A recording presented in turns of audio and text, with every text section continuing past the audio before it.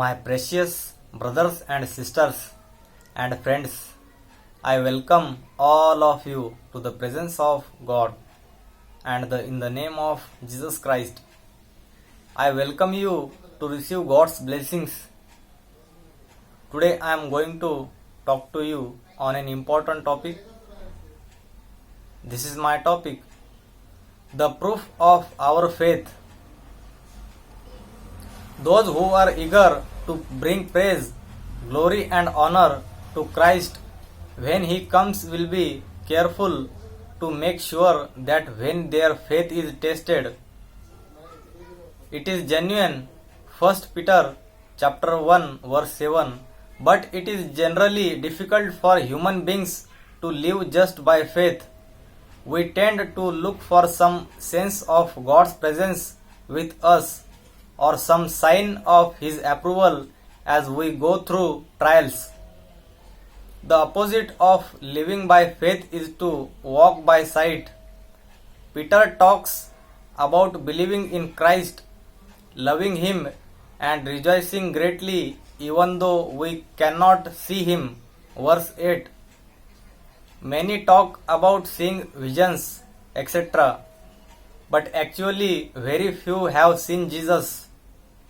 It would be impossible to have any airs about us, and we shall be simple and ordinary people once we have seen Him. The proof of our faith is that we can believe and rejoice even when we are passing through the heat of the trials. Trials become hotter for us when we seek to be faithful and cannot see any mark of approval from Jesus. When we seek to be faithful and see that others who are unfaithful are still happy without problems, our trials are more difficult to bear. The proof of our faith then is that we continue to believe and be faithful even when no one can see us. Our faith is proved to be genuine when we continue to be faithful even when we see others in the same church being careless with sin and going towards worldliness. It takes faith to be different from them and not to judge them at the same time.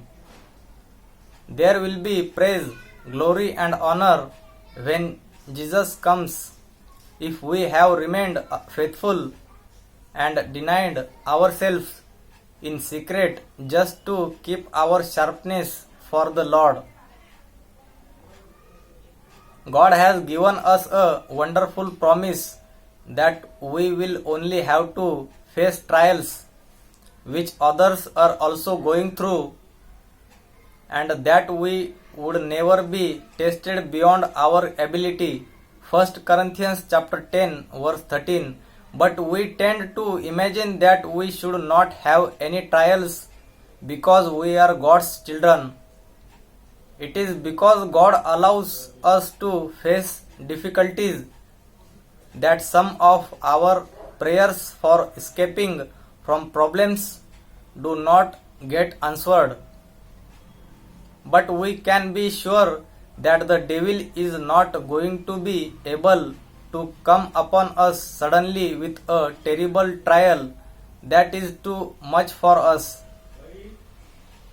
Unbelievers and believers who act selfishly, unrighteously, and in disobedience to God cannot expect that they would not be tested beyond their ability.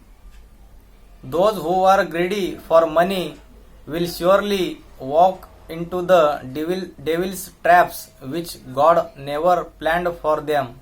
1 Timothy chapter 6 verse 9 to 10. We must keep ourselves in the place where God's grace can be upon us. Many people are willing to set things right when someone points out their sins to them. But the surprising thing is that they never seem to be able to hear directly from God. This is because they are actually craving after other things and are too busy to listen to God. 1 Corinthians chapter 10 verse 6. God cannot be fooled and we have to reap what we sow. Galatians chapter 6 verse 7.